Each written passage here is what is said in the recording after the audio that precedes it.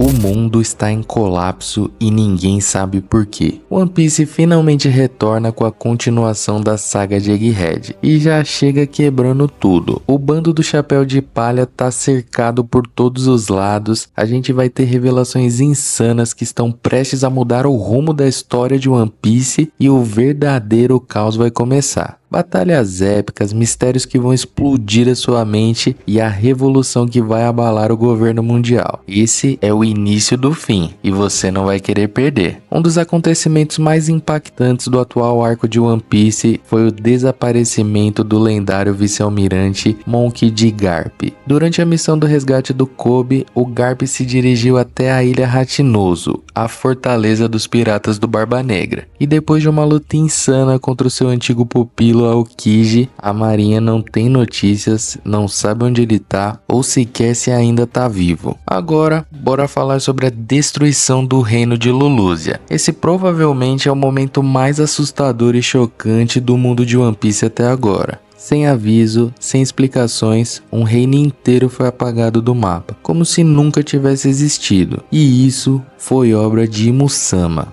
a figura sombria que comanda o governo mundial por trás das cortinas. Poucos sabem que ele existe, menos ainda do que ele é capaz. Essa arma, possivelmente ligada ao reino antigo e ao século perdido, é um dos maiores segredos de One Piece. O mundo mudou após a queda de Lulusia. O nível do mar subiu, ilhas deixaram de existir e mais do que nunca, o governo mundial se mostrou como o verdadeiro vilão oculto dessa história. Mas agora, voltando para Egghead, a ilha está completamente cercada. E o responsável por essa operação é nada mais nada menos que o almirante Kizaru. Após o desaparecimento do Dr. Vegapunk e a entrada dos Chapéus de Palha na ilha, a ordem é clara: ninguém deve sair vivo de Egghead. Kizaru é um dos mais poderosos almirantes da marinha, e ele foi enviado com uma frota gigantesca. O objetivo é simples: isolar completamente a ilha e eliminar qualquer ameaça. Além de uma força naval colossal, cheia de vice-almirantes, ele conta também com a presença de Saturno, um dos 5 anciões, algo sem precedentes na história de One Piece. Enquanto Kizaru se aproxima, os Chapéus de Palha e Vegapunk se preparam para fugir dali. Mas escapar de um almirante e um ancião não vai ser fácil. E aqui a Judas começa a agir. York,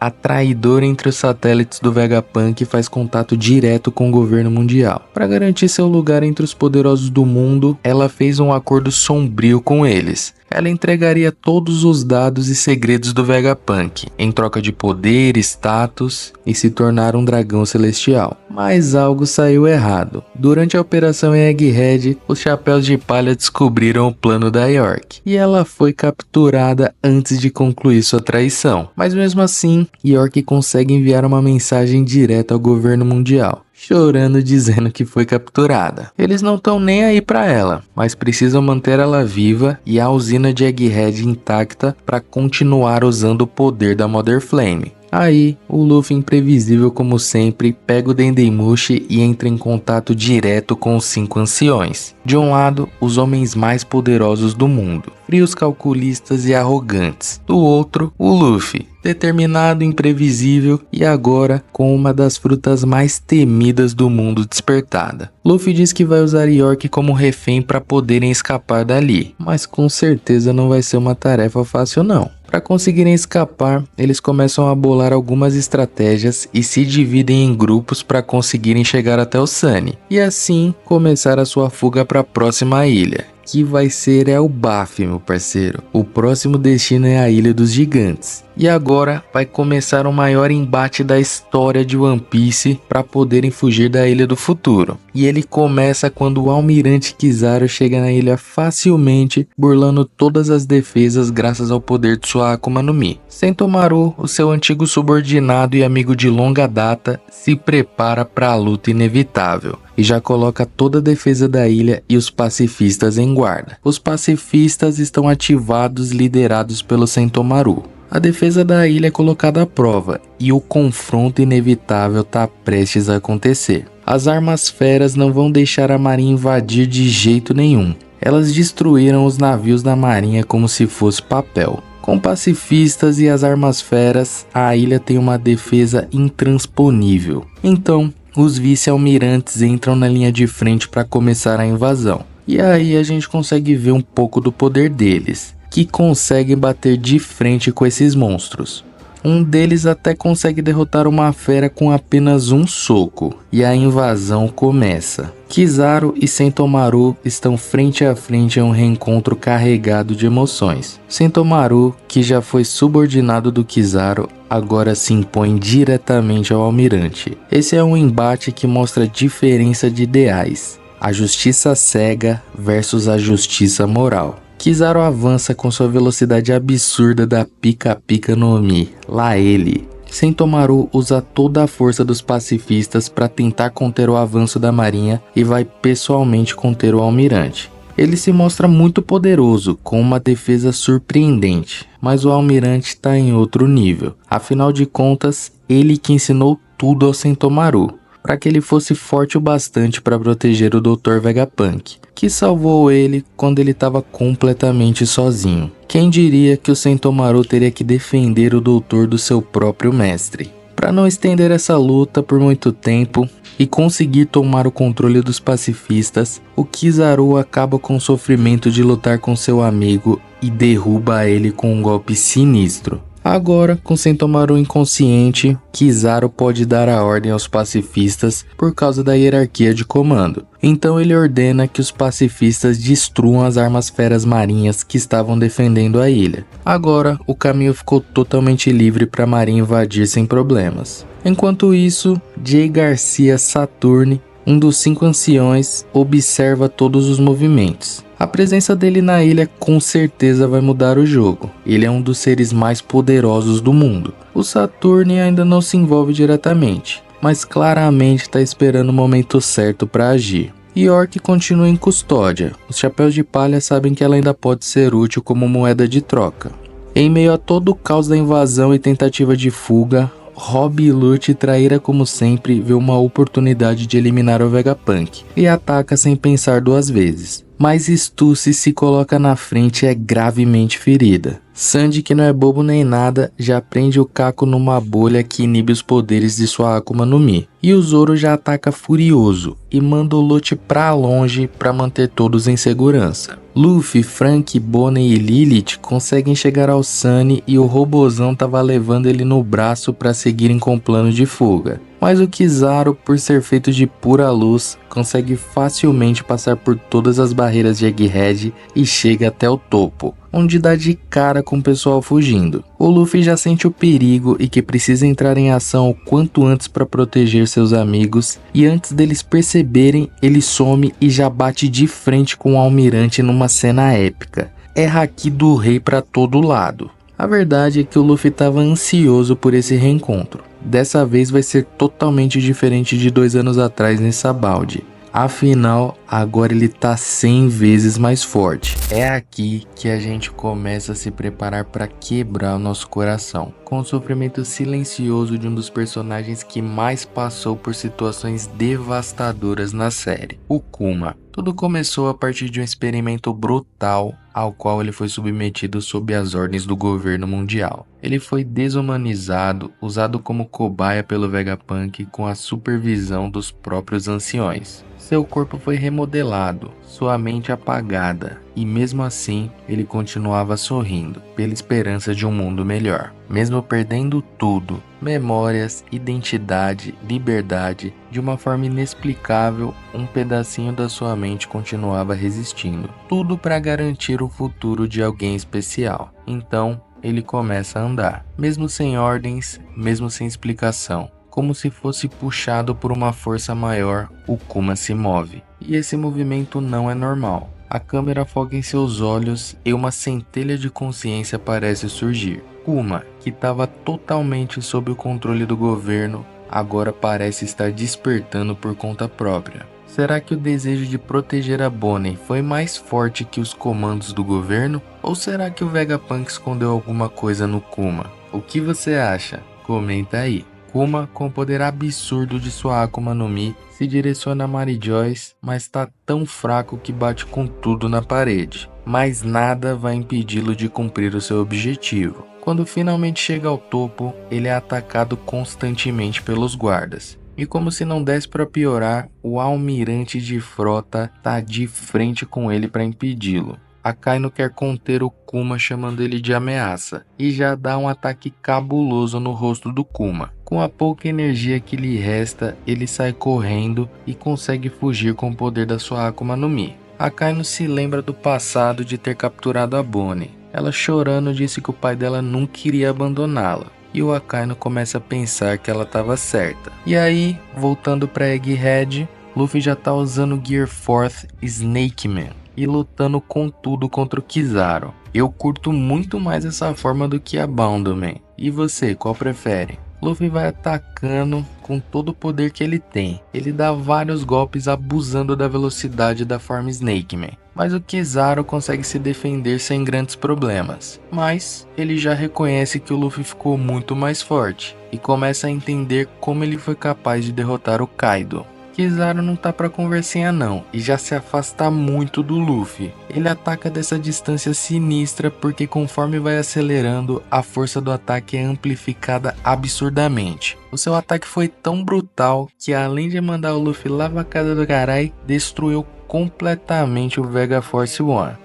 É uma das invenções favoritas do Vegapunk. A Lilith se acaba de chorar depois que vê sua obra-prima explodir. Kizaru se lembra de quando o Vegapunk construiu ele. As lembranças não saem mais da sua cabeça. A Bonnie, no ato de desespero, tenta atacar o Kizaru com a sua habilidade. Mas ele desvia facilmente e dá uma bicuda nela que manda ela pra longe até batendo na barreira. O Frank vai tentar atacar ele com seu Radical Beam, mas não dá tempo, ele já some dali. Então Frank, desesperado, tenta ligar pro Sop para avisar o mais rápido possível, só que foi tarde demais. Kizaru chega e fica cara a cara com o Vegapunk. Todo mundo já se caga de medo do almirante. O Kizaru reconhece que essa é a missão mais difícil que ele já encarou até hoje, a missão de matar o seu grande amigo. Então ele quer acabar com isso o mais rápido possível. Só que aí, meu amigo, começa a tocar os tambores da libertação. E aí já sabe quem tá chegando, né?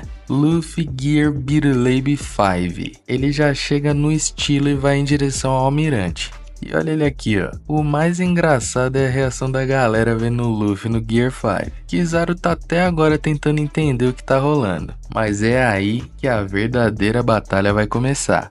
O Luffy já pega o Kizaru e ele até pede pro Mugiwara pegar leve. Mas com o Gear 5 ativado, o Luffy manda ele pra muito longe. Mano, eu fico aqui me perguntando. Agora, quem que é páreo pro Luffy? Essa forma tá muito apelona. Quem você acha que ganha dele? Comenta aí. Enquanto isso, a Bonnie tá se escondendo, depois de ter levado aquela bica caprichada do Kizaru. Algumas pessoas ficaram indignadas por ela ter sido atacada. Com certeza uma delas é o Gado, mas o Vegapunk também vai arriscar tudo para salvá-la. Toda ajuda é bem-vinda, então o Gado, Frank e Vegapunk se juntam nessa missão. Mas a Bonnie não é fraquinha não. A Akuma no Mi dela tem um poder bem apelãozinho, viu? Ela vai dando conta de vários soldados da marinha com seu poder, transformando eles em crianças ou idosos. Mas a quantidade de soldados é absurda. Aliás, você pode estar se perguntando como ela sobreviveu depois de levar aquela bicuda que fez ela bater na barreira.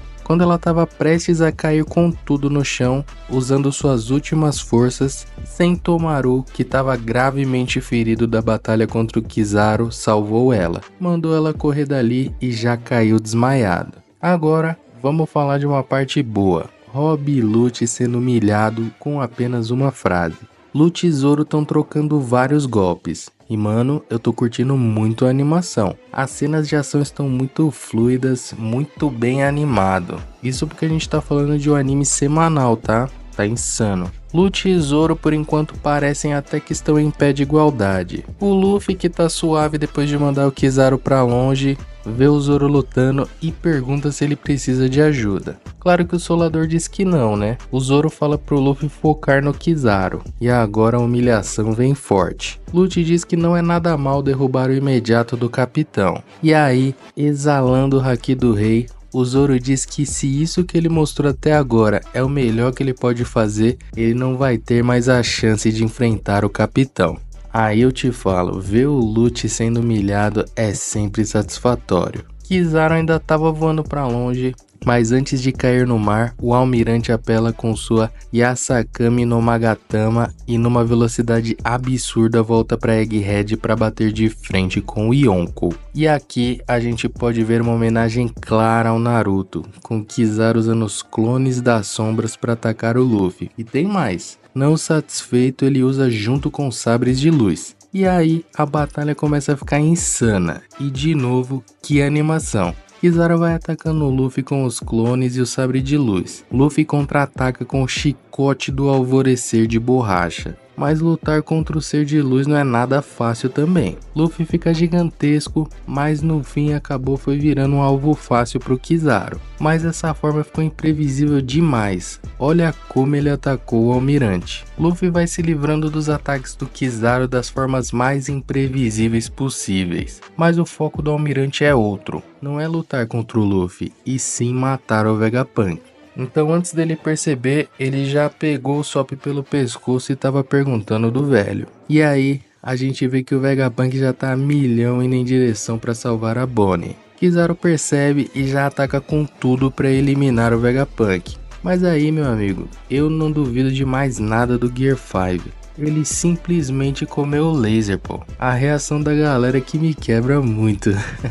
De alguma forma, o Luffy absorveu e resistiu ao ataque, e o Vegapunk conseguiu juntar o bonde e ir para a parte inferior para salvar a Bonnie. A marinha já percebeu que ele tá lá e querem eliminar o Vegapunk de qualquer jeito. Mas agora ele pode dar a ordem aos pacifistas e é isso que ele faz. A nova ordem é eliminar os marinheiros. Parece que o jogo virou, não é mesmo? Mas tem alguém que não curtiu isso muito e vai acabar entrando na festa. Sob as novas ordens do Vegapunk, os pacifistas agora estão tocando terror com a marinha. Então a galera aproveita para procurar a Bonnie. E não existe uma pessoa melhor no mundo que ele para essa tarefa. Sanji. O Sanji revela que tem um poder que vai muito além do haki de observação e até mesmo da compreensão do Vegapunk. Esse é o poder do haki do gado. Ativando o radar do gado, ele localiza a Bonnie facilmente. O Vegapunk segue na direção que o Sanji disse, mas ele já sai disparado na frente. Um vice-almirante encontra a Bonnie e ataca ela. A Bonnie vai resistindo bravamente, mas lidar com tudo sozinha não tem como. De repente, um pacifista aparece de frente com ela para capturá-la. A Bonnie fica sem entender, porque o Vegapunk tinha dado uma nova ordem. Então, vemos que é a habilidade da fruta de outra vice-almirante. A Bluegrass dá o comando e o pacifista prepara o seu ataque. A Bonnie de repente parou de se mexer completamente, porque ela viu o pacifista e lembrou do seu pai. Então, o pacifista ataca com tudo e no último instante o gado consegue salvar a Bonnie. Logo na sequência, o Vegapunk já chega com reforços e eles começam a vazar dali. Enquanto isso, os outros Mugiwara se preparam para fugir. O Zoro continua lutando contra o Lute e o Luffy contra o Kizaru. Mas agora que a coisa vai ficar séria de verdade. O coisa ruim se levanta. De repente, o céu escurece. Todos começam a sentir uma presença bizarra e sinistra. Alguém ordena que os pacifistas parem e eles obedecem. O Vegapunk já fica em choque porque ele sabe o que significa. Os únicos com autoridade maior que o Vegapunk sobre os pacifistas são os 5 Goroseis, ou melhor, os 5 anciões. Então, uma onda de energia sinistra começa a emergir em Egghead. Um pentagrama aparece no chão. Um poder tão grande que mudou completamente o ambiente. Os 5 anciões são a maior autoridade do mundo de One Piece. E São Garcia Saturne está chegando em Egghead. Um ser bizarro começa a sair do pentagrama. E já completamente transformado, o Saturne chega de uma vez. Só de olhar para ele, o marinheiro já perde a vida. Kizaru se aproveita da situação e tenta eliminar o Vegapunk. Quase ele consegue. Luffy chega para impedir o Kizaru, mas ele já tá chegando no seu limite. Então, ele usa tudo que tem e acerta o Kizaru em cheio. mas já perde a sua transformação na hora. O impacto da queda acabou deixando o Vegapunk e os demais cara a cara com Saturn. Só que aí, quando a Bonnie vê o ancião cara a cara, as memórias do seu pai começam a vir na sua cabeça. Ele é o responsável pelo Kuma ter perdido totalmente a sua humanidade. Então, sem pensar duas vezes, a Bonnie vai pra cima do Saturno chorando e dá-lhe uma facada no capricho para poder vingar o que ele fez ao Kuma. Mas só a presença do ancião é tão avassaladora que ninguém abaixo de almirante e contra-almirante podem ficar próximos dali. Se não acontece isso aqui. Os marinheiros ficam em choque quando veem que o Saturn foi apunhalado pela Bonnie, mas a verdade é que ele deixou ela fazer isso. Em um instante, ele se cura como se nada tivesse acontecido e pega a Bonnie pelo pescoço, então começa a esmagar ela. O Sanji já vai pra cima com tudo para tentar salvá-la, mas o Saturn tá em outro nível. Ele não teve nem chance e já cai no chão ferido, sem nem entender que golpe que ele levou. O Kizaru ainda tá na merda depois do socão que ele levou do Luffy, não vai conseguir se mexer por um tempo. Aí, o Saturn vê que o Luffy tá enfraquecido depois de usar tanto poder e tenta aproveitar a chance para eliminar o Nika de uma vez por todas. Mas o Frank consegue salvar ele por pouco, e agora a coisa complica ainda mais. O Saturn ordena que todos os marinheiros apontem suas armas para Bonnie, e quando ela tá prestes a ser executada, começa o flashback do Kuma. Quando essa história terminar de ser contada, comenta aí quem você acha que sofreu mais do que esse cara na obra de One Piece. Em um dia ensolarado, nasce o Kuma.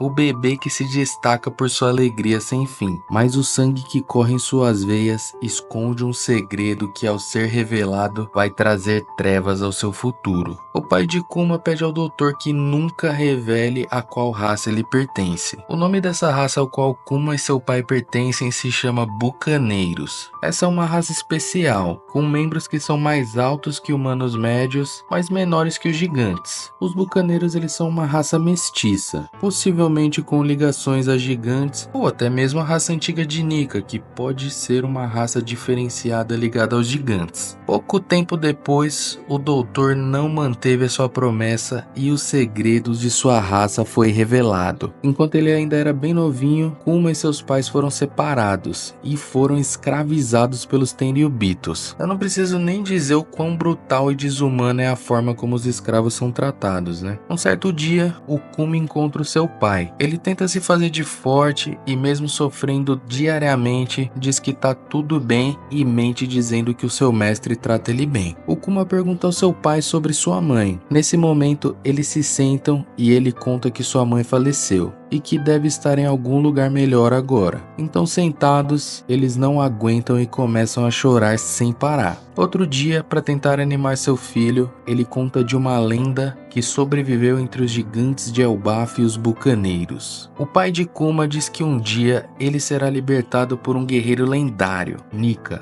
o deus do sol. Seu pai começa a replicar sua dança característica e o sorriso que nunca sai do seu rosto. Kuma sente um fio de esperança, mas nesse momento, de forma brutal, seu pai foi assassinado por um Tenryubito bem na frente do Kuma, só porque ele tava fazendo barulho, mano. Dito isso, depois de algum tempo, vai acontecer o incidente que vai abalar o mundo, o desafio de God Valley. O incidente de God Valley foi um evento lendário que aconteceu há 38 anos, envolvendo os piratas Rocks, os antigos Yonkos como a Big Mom e o Kaido, os Tenryubitos e os marinheiros, incluindo Monkey D. Garp e até mesmo Goldie Roger. Os Tenryubitos estavam em God Valley realizando um torneio de caça humana, um evento completamente cruel onde eles caçavam escravos só para puro entretenimento. Essa é uma das práticas mais desumanas já mostradas na série, evidenciando a podridão da nobreza celestial. Eles simplesmente fazem o que querem, mano. O rei, ao contestar a decisão, foi instantaneamente executado pelo pai do Shanks.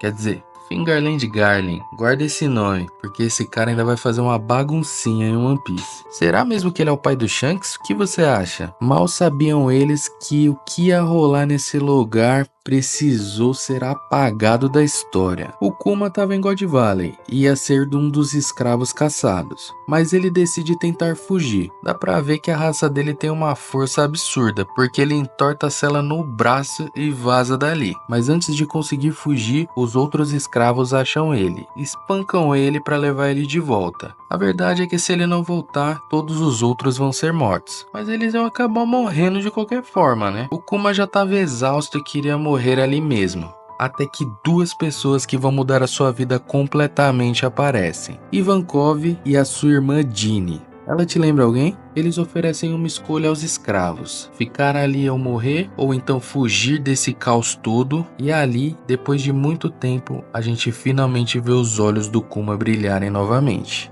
Então começou o desafio de God Valley. Garlin e os Tenryubito são completamente impiedosos e o Saturn tá lá, assistindo tudo de camarote. Mas o Ivankov falava muito sério sobre fugir daquele inferno. Eles têm um plano: usar o tesouro que seria dado como prêmio para quem ganhasse aquela competição desumana. Lá tinha umas Akumas no Mi absurdas. Uma Zoan mítica que te permite virar um dragão azul, que no futuro se tornaria a fruta do Kaido. E a Nikkyu no Mi, uma das frutas mais incríveis da obra, e que já salvou muitas vidas, inclusive dos Mugiwara. O plano era o seguinte: criar um caos gigantesco na ilha, e quando estivesse rolando essa baguncinha, roubar as frutas e assim fugir daquele pesadelo. Mas como fazer isso? A Dini, muito gênia, diga-se de passagem, conseguiu hackear as comunicações e vazar as informações do que estava rolando ali em God Valley. Então, o caos que eles precisavam, os piratas vindos de todo lado iam causar, atrás dos tesouros que tinham ali na ilha. E aí começam a chegar vários navios pirata atacando a marinha. O evento que deveria ser só diversão para os Tenryubito vai virar na verdade o encontro dos seres mais poderosos da época. Falando nos mais poderosos, chegam os Piratas Rocks, com nada mais nada menos do que o Barba Branca, Big Mom, Kaido, Chique Leão Dourado, John, só gente fraquinha.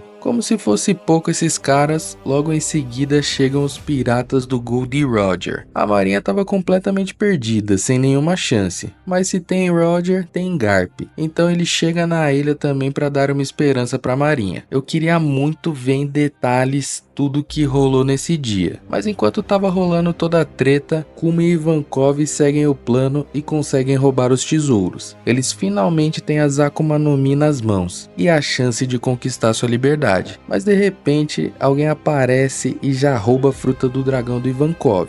Fora que já imobilizou ele na hora. É a Lin Lin, ou Big Mom. Ela quer as duas Akuma no Mi. Ivankov manda o Kuma fugir e comer a fruta. Ele é a última esperança. E assim, ele o faz. Kuma comeu a Nikkyu no Mi, mas como nada é fácil para o Kuma, ele dá de cara com o Saturne. O encontro foi marcado por medo e terror, porque o Saturne simbolizava tudo que havia de mais opressor na vida do Kuma: a escravidão, o preconceito e a violência sem limites. Saturne não só reforça o desprezo que tem pelos escravos, como também deixa claro que o destino do Kuma seria o sofrimento e o controle absoluto. Mas o Kuma só quer a liberdade e ajudar as pessoas a alcançá-la também. De repente, já corta a cena pro Kuma, Dini e Ivankov em uma igreja. E ali a gente descobre que o Kuma se tornou um verdadeiro libertador, como o Joy Boy, porque naquele dia ele salvou mais de 500 escravos graças ao poder de sua Akuma no Mi. Passado um tempinho, o Ivankov decide sair em uma jornada para aproveitar a sua liberdade. Kuma e Dini ficam e começam a morar juntos. Logo eles se adaptam ali à nova vida e finalmente começam a sentir um gostinho de felicidade depois de tudo que passaram. Quando eles se dão conta dessa felicidade, eles olham um para o outro e não conseguem aguentar a emoção,